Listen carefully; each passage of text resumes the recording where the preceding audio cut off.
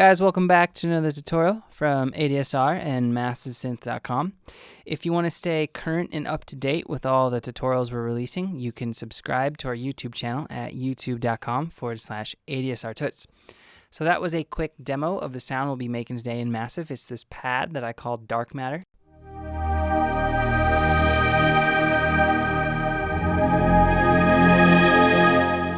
And I don't know exactly what I'm going to call this tutorial, but I thought that pad was pretty freaking cool, so I thought I would share it with you guys. The drums are just a drum loop from Nexus. So I have a new instance of Massive pulled up right here. I'm going to turn it down because it's going to be really hideous. So let's jump right into it because this is a pretty in-depth sound. So first thing I'm going to do, let me actually extend my window here. Okay, so first thing I'm going to do actually is I'm going to start with, make sure this is zeroed out. I'm going to actually start with the routing tab for this sound because I changed some of the routing settings from the default. And to get the exact same sound, you have to do this step. It's very important. So see how this little yellow line right here, without getting too in-depth into this, starts from oscillator 3. We need that flowing from oscillator 1 down. So click this B, and it will go from here down now. Another important step is, see how insert 2 is highlighted here? And insert 1 is by default highlighted here. We need to have insert 1, because we're going to be using the frequency shift on this insert later. We need that to happen at this stage in the signal flow, not where it happens by default. And we need insert 2 to happen here instead of where it is over here normally. And we also need to be routing the FX1 before it hits the EQ and all that. So just click on that. And now you're set up with the routing, so let's jump into the oscillators. So for oscillator 1, we're going to activate the pulse width, the virtual analog pulse width waveform, and we're going to tune this up to 3 and take the wavetable position down almost all the way, or maybe just a pinch above, and take the pulse width down a little bit.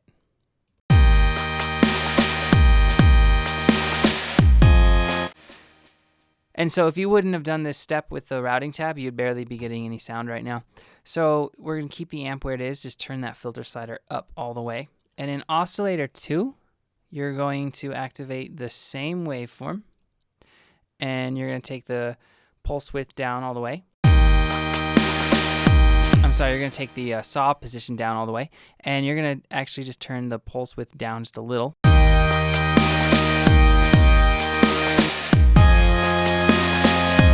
And you're going to tune this down to -0.4. And we're going to create a macro here, and I'm going to call it digital. You could also call it fifth. So what I'm going to do is I'm going to take this and drag it there and pitch it up to 7. So we're getting a fifth sound involved.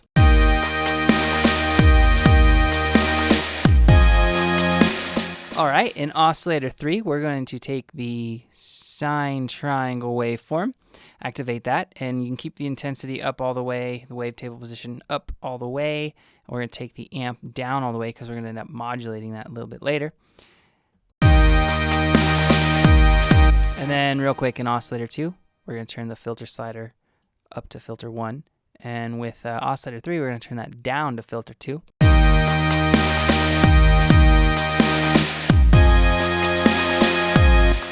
Okay, now moving on to the modulation oscillator. We're going to pitch this, we're going to, we're going to use the filter FM, and we're going to apply it to our first oscillator here. And so what you're going to want to do is you're going to take the pitch of it and pitch it down to -12 to add a little bit of bass to the sound.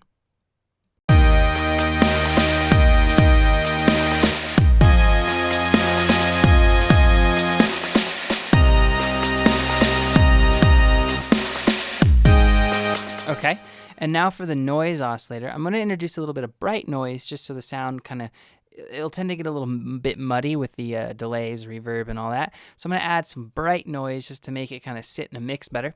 And the color, I'm going to turn down just a little bit. I'm going to turn the filter slider up all the way to filter 1 because we're going to want that going into our filter 1, which we'll be using the Daft, but we'll get to that in a second.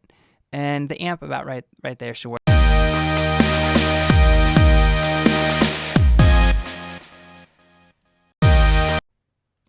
So now it's not going to sound super close to what we're doing, even though we got the oscillators dialed in, because there's a lot of modulation going on with that sound. So let's actually start getting some of that going. So let's actually set up our filters real quick. We're going to use the daft filter in our filter 1, and we're going to turn that down just a little bit, and then turn filter 2 up, because we're going to use the bandpass filter.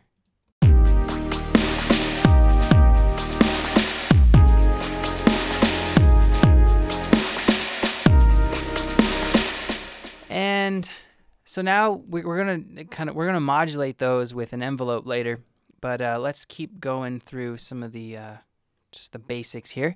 So in Insert 1, let's activate the frequency shifter, and on the dry wet, crank that up all the way. And you're gonna keep pitch where it's at. We're gonna modulate that with an LFO to get some movement with the pitch a little bit later to make it kind of more of an interesting sound. And in Insert 2, we're going to activate the sample and hold. It'll say S and H, and turn the dry wet down a good ways, and then turn the pitch up to about 85%. Again, we're going to modulate that as well with an LFO in a little bit. And let's activate the effects. In the FX1 slot, I used a coarse to kind of thicken up the sound. And the dry wet, I kept about halfway. The rate, just a little bit under halfway. Same with the offset, and same with the depth. And you can hear that really thickens up the sound. And then, of course, for this type of pad, ambient type of sound, I put on some reverb. So for the dry wet, down just a little bit under halfway. Take the size up a little bit more so it sounds like it's in a bigger space, and the density up a little bit, and the color so it's a little bit brighter sounding.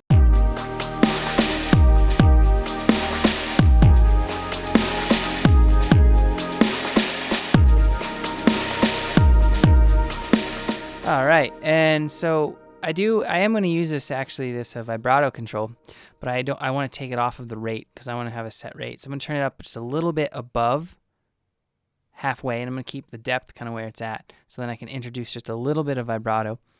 And I'm going to take this internal envelope, and I want it to be a triangle.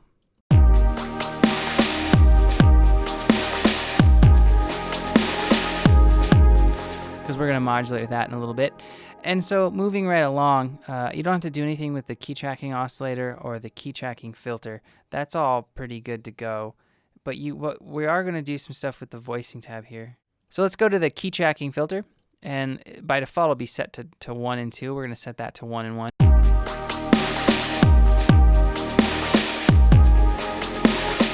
And in the voicing tab, you're actually going to keep this. It's only one voice, which is crazy that it's such a thick sound and only has one unison voice. So keep it on polyphony and keep it on always, obviously. And we don't have to touch anything in here. And now let's go on to our envelopes because we already got the routing out of the way. So in envelope 1, take the velocity slider up to just a little bit over halfway. And you're going to take your attack time to probably about 60%. And the decay just up a little bit. And then we're going to get the release dialed in real quick. So just a little bit above halfway. So this line right here, brighten my screen for you guys. So that line right there should be right in between kind of that trig 0 word.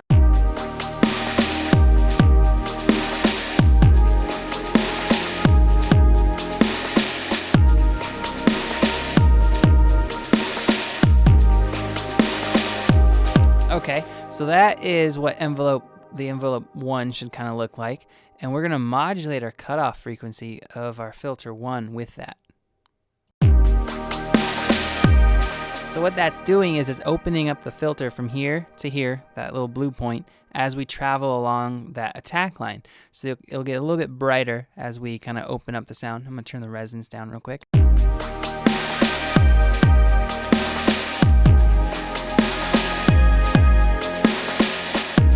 Okay, so now we're going to use envelope 2, and it's going to be a weird looking shape. Turn the attack almost all the way up, or pretty much all the way up, and turn the level down to about halfway, and the decay down just under halfway, the level to about maybe 15%.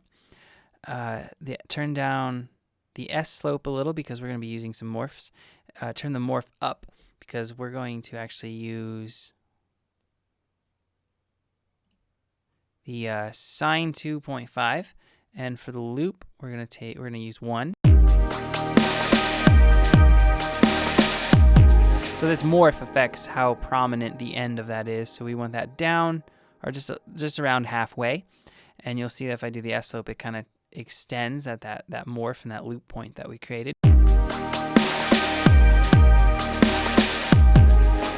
So right now that's not affecting any of the sound. We're actually going to use that to modulate the rate of an LFO in a little bit, kind of modulating a modulator. So let's just keep that where it is, and that's not affecting the sound right now.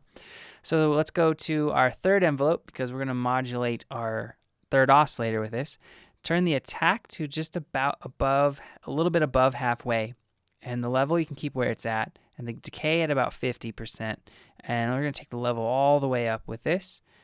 And then we're actually going to take the release up to about there. So that line should kind of be near the O on one shot. And I'm going to modulate the amp in the source of my third oscillator here.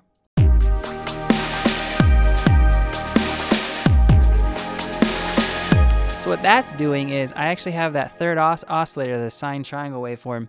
It's routed to my second filter via this slider, which is bandpass. So it's kind of a much brighter, more open sound as opposed to the daft. So that's kind of as it travels along this attack, it kind of gets a little bit brighter, but with a different sound as opposed to my first envelope, which is modulating my filter 1, which is affecting my first 2 oscillators. So it makes the sound a little bit more interesting. And then, of course, with envelope 4, that's tied to our output, so we're going to make some changes to that. Turn the attack up to just a little bit above halfway. The decay you can keep at about 50%.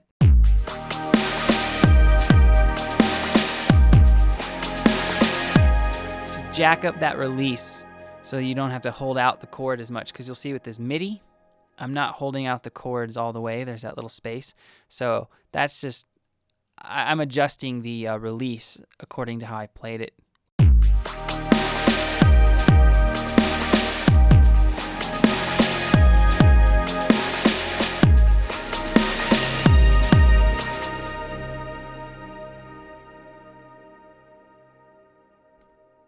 And let's take the velocity up of our fourth envelope a little.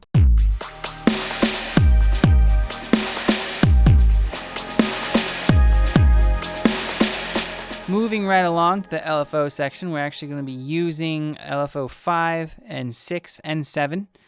And LFO 5 and 6 will actually stay, they'll actually all be LFOs, but just crazy shapes. So in our fifth LFO, let's turn the rate down a little.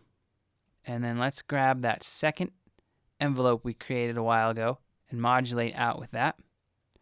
And then the amp, we'll turn it down just a little, and we'll keep the X fade just a bit above halfway. And so you're going to take the random steps 1, it'll look crazy, and we're going to take the activate the vibrato wave dual for the bottom.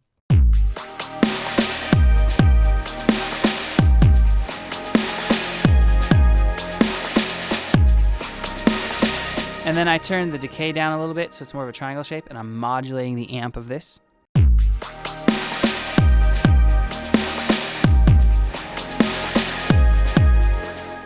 Okay, and that LFO, we're actually going to modulate the pitch down to -12 in our third oscillator.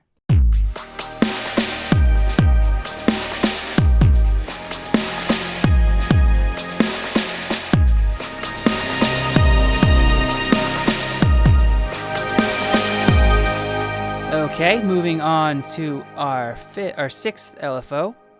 We are going to turn the rate down a little bit, and we're going to turn the amp down a pinch as well, and take the X fade all the way up, and you're just going to leave it on that sine wave. And we're actually going to do the same thing and modulate out the little rest of the way.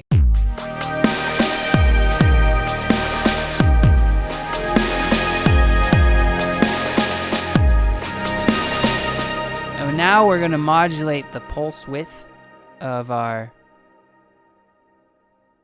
Make sure you drag, because you can drag both ways and it'll affect the sound. Make sure you drag up. So you can drag down, but drag up with this. And then we're going to do the same thing in our pulse width. And again, make sure you're dragging on this one. Actually drag up as well with your mouse.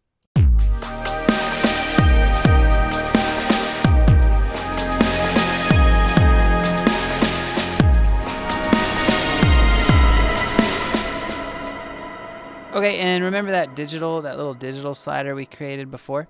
I'm going to turn that up just a little bit now.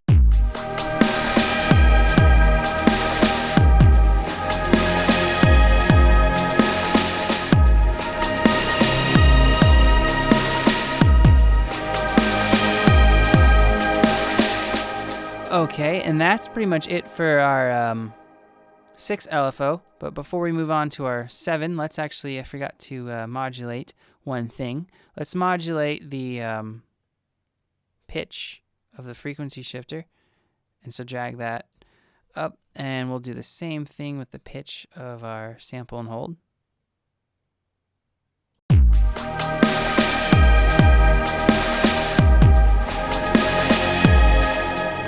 And so that's introducing a little bit of that sound that is heavily modulated by multiple parameters. We're using that second envelope to actually control the rate of the random steps. So it's kind of making the sound have that analog random feel. So in our 7th LFO, we're going to take and activate the random steps 2, which is just slightly different from the random steps 1. And we're going to take the random steps 1 for the bottom, and we're going to crossfade that to about 70%. And the rate, turn up a little. And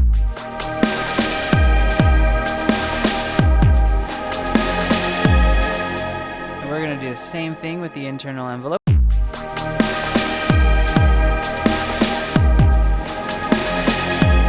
And now we're going to modulate that LFO on the sidechain of the pitch on our frequency shift just a little bit, so the 5 LFO should be out further than the 7.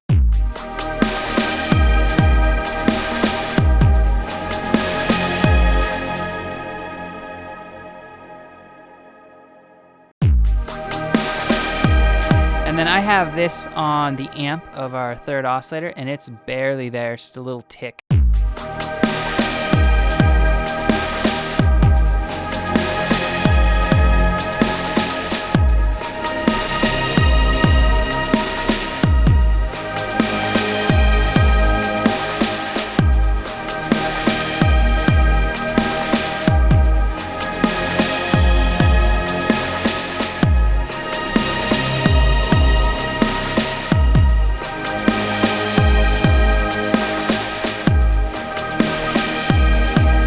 And that is the sound, guys. If you have any questions or comments, let me know below, and I'll get back to them as soon as I can. And if you haven't checked out MassiveSynth.com, head on over there to see tons of great tutorials and presets and everything massive. And again, thanks for watching. I'll see you next time.